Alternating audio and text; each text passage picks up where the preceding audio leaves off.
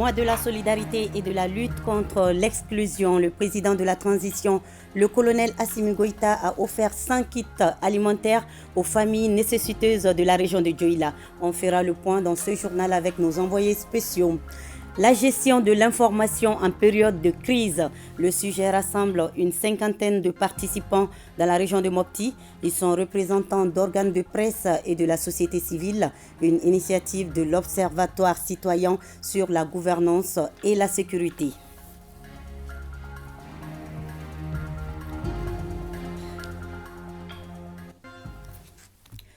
Mercredi 4 octobre. Madame, Monsieur, bonjour et soyez les bienvenus dans ce 13h. Tout d'abord, vous le savez, la communauté musulmane célèbre aujourd'hui la date anniversaire du baptême du prophète Mohamed, paix et salut sur lui. Un événement marqué la nuit dernière par des séances de prière et de bénédiction pour la paix, la cohésion et la stabilité au Mali. Le ministre des Affaires religieuses, du culte et des coutumes a fait le tour de quelques lieux de culte dans la capitale. Dr Mahamadou Koné a reconnu et salué les initiatives de paix chez les leaders religieux avant d'inviter les Maliens à prier pour le pays.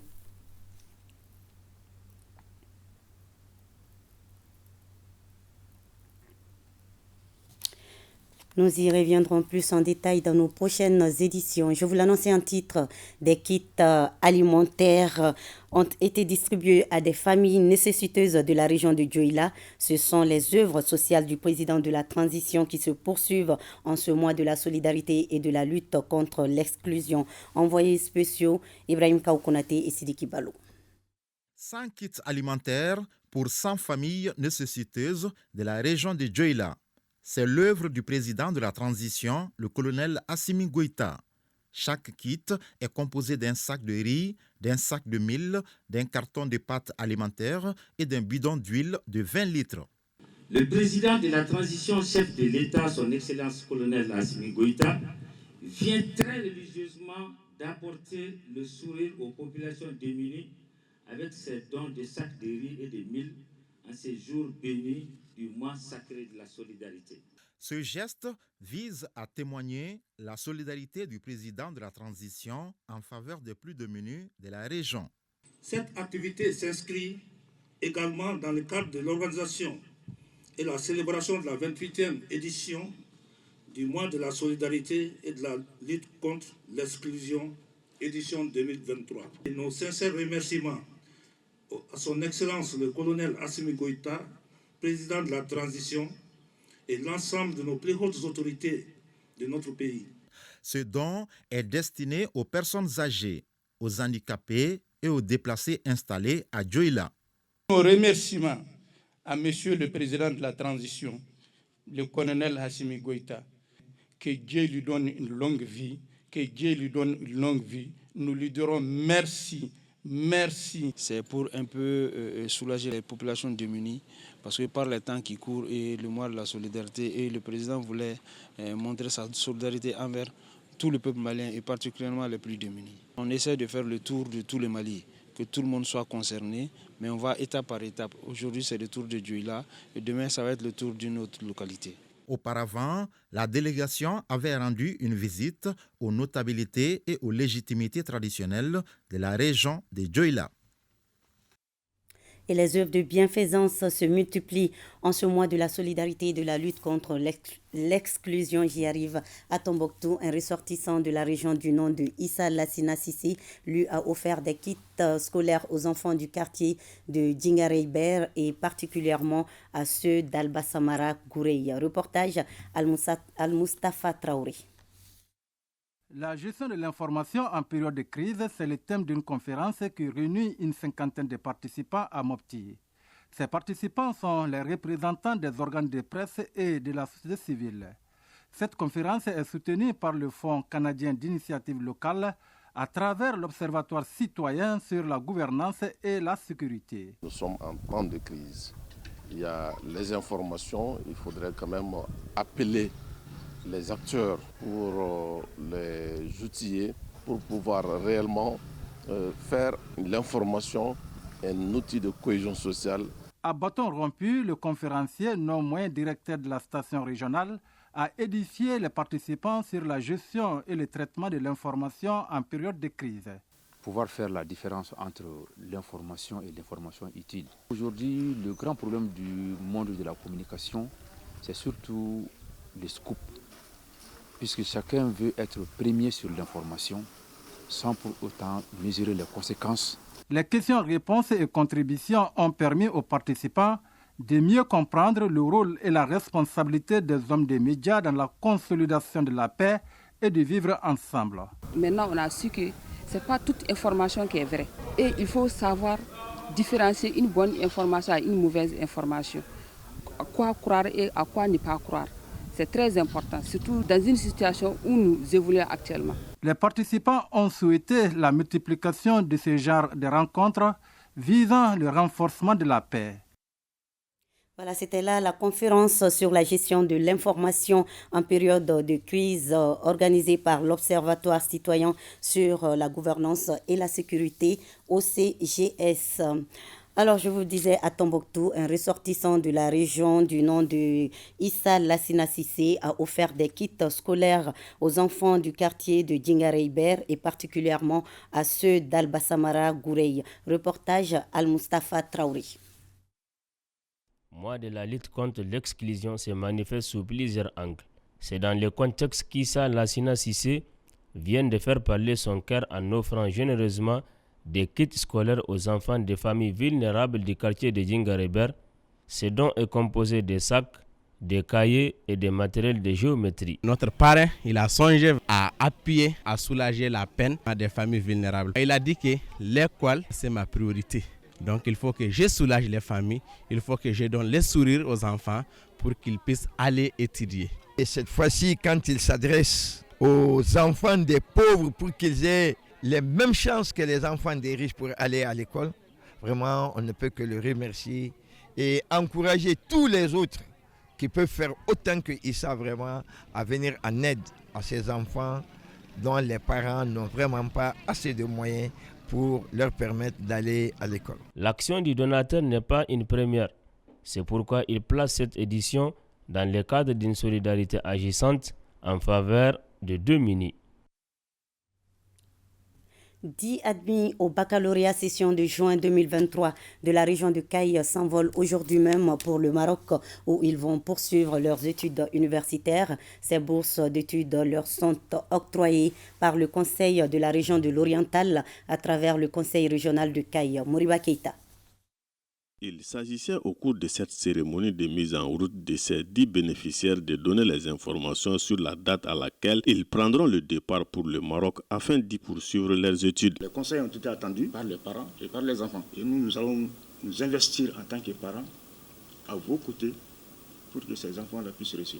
Ils aient en tête qu'ils iront pour des études et donc de se consacrer à leurs études parce qu'ils vont représenter la région de Caille et partant tous les Mali, qu'ils se comportent bien pour sauvegarder l'image de leur pays parce qu'ils seront redevables. Dans 3 ou 4 ans, on va leur demander des comptes par rapport à leurs études et par rapport à leur conduite sur place au Maroc. Ce partenariat entre le Conseil régional de Caille et celui de l'Oriental du Maroc a démarré en 2019. Dans le cadre de notre coopération, dont un des axes forts est la formation, nous avons demandé à notre partenaire qui est le Conseil régional de l'Oriental afin de nous accompagner dans la formation de nos enfants. Donc cette deuxième vague a été acceptée dans ce sens-là.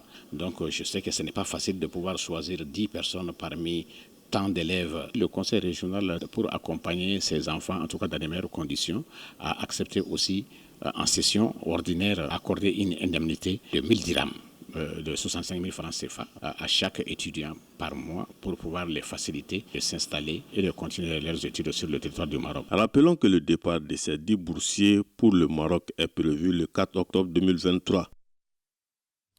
Le rassemblement des jeunes pour le développement de Bankoni Laïbou, avec l'appui financier de Kouma Transit, vole au secours de plusieurs écoles de Bankoni en commune 1 du district de Bamako. Les premiers de chaque classe du premier cycle au second cycle ont reçu des kits scolaires, des attestations, des tablettes et autres effets scolaires. Coût total de l'opération, plus de 10 millions de francs CFA.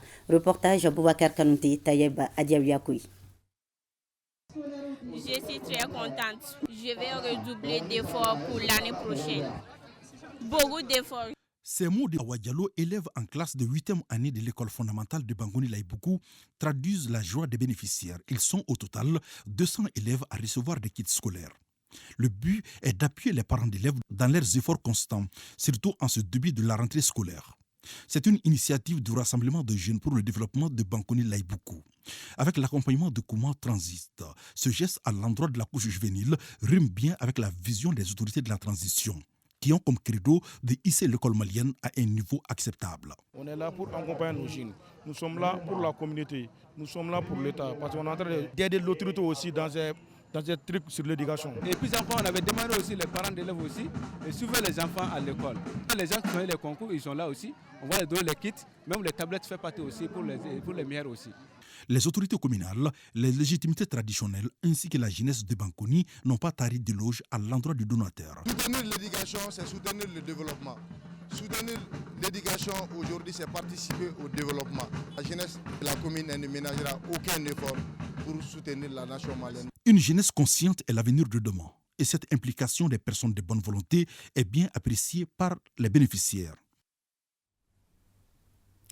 L'association Djaminatou islamique pour le développement du Niamakoro, qui s'attelle à la promotion de la paix et de la cohésion sociale en milieu rural, a clôturé ses activités annuelles samedi dernier. Pendant 3 mois, elle a réalisé des activités de sensibilisation dans plusieurs quartiers de la commune 5 du district de Bamako, dont une formation sur l'apprentissage des versets du Coran. 439 enfants âgés de 7 à 10 ans ont pu bénéficier de cette formation. Dossé Babadiara a suivi la cérémonie de clôture. Lecture du Coran et invocation d'Allah pour un Mali et une Guinée apaisée.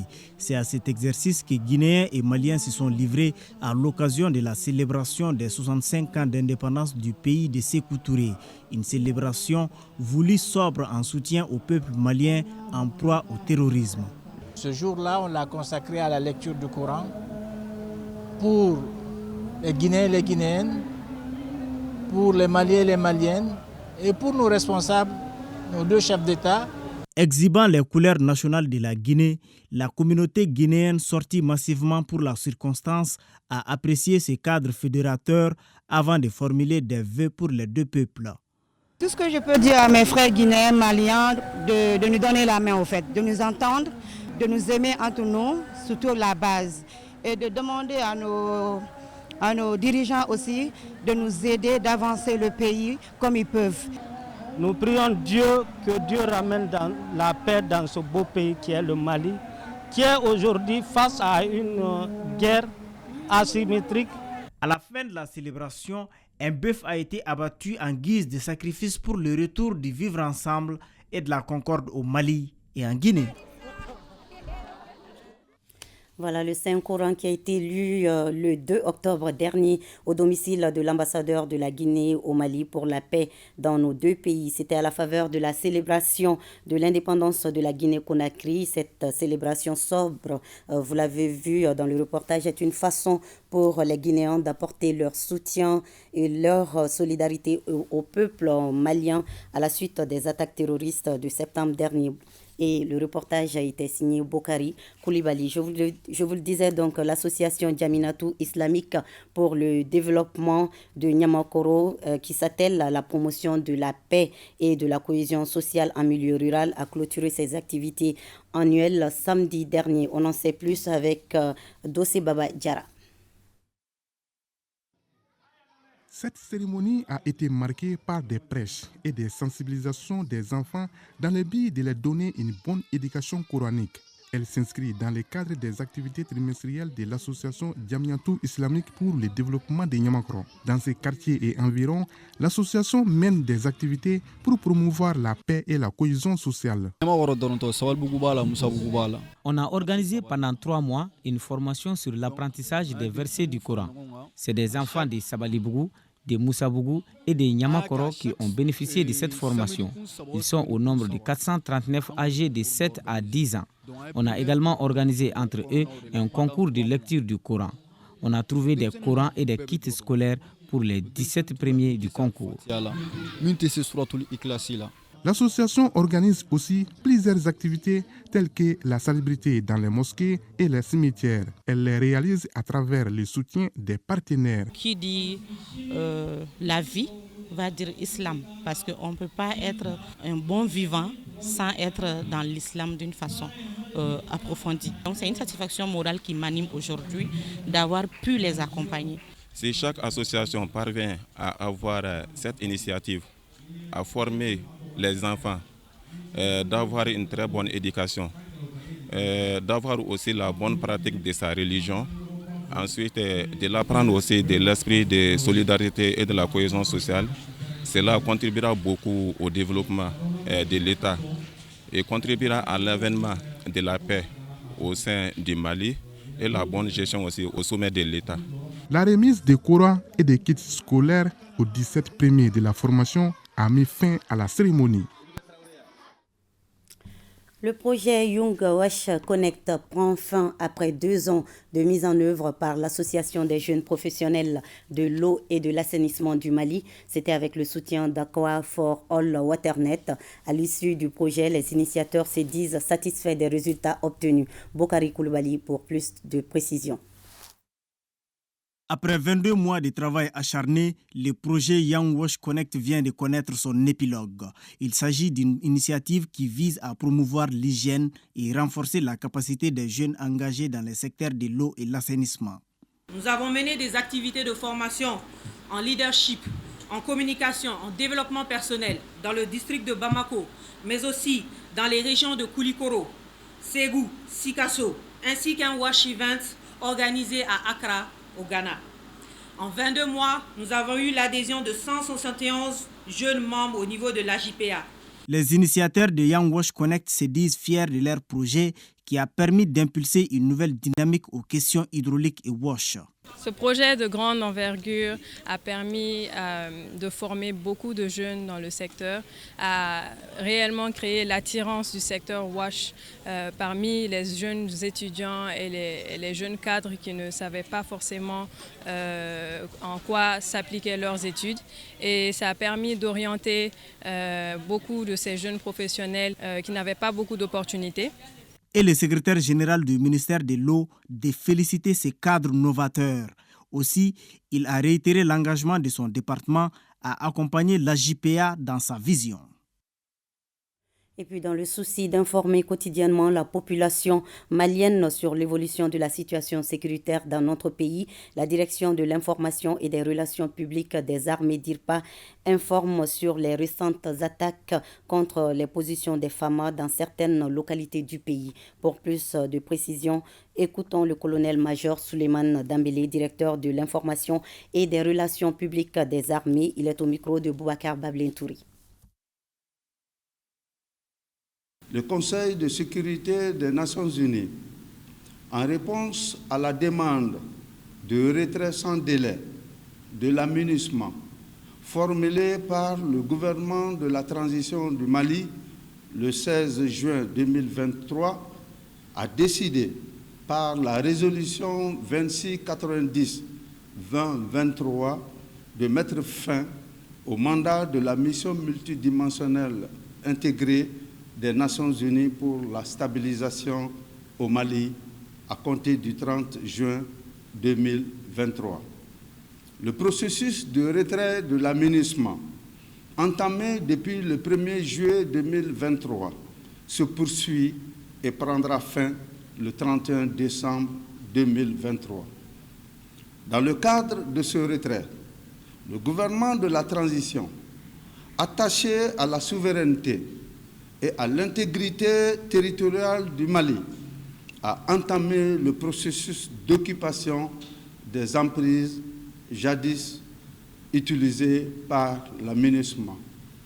Ainsi, dans la première phase de ce processus, les forces armées maliennes ont occupé successivement les emprises de Ogosago, Ber, Gundam et Menaka. Ce processus d'occupation irréversible des terres maliennes qui s'inscrit dans le cadre de l'unité du Mali se poursuit et se poursuivra en dépit de l'opposition veine de certains de ses fils égarés. C'est au cours de la mise en œuvre de la deuxième phase de ce processus d'occupation que les forces armées maliennes ont, ce mardi 3 octobre 2023, vivement repoussé 3 attaques des groupes terroristes contre nos unités.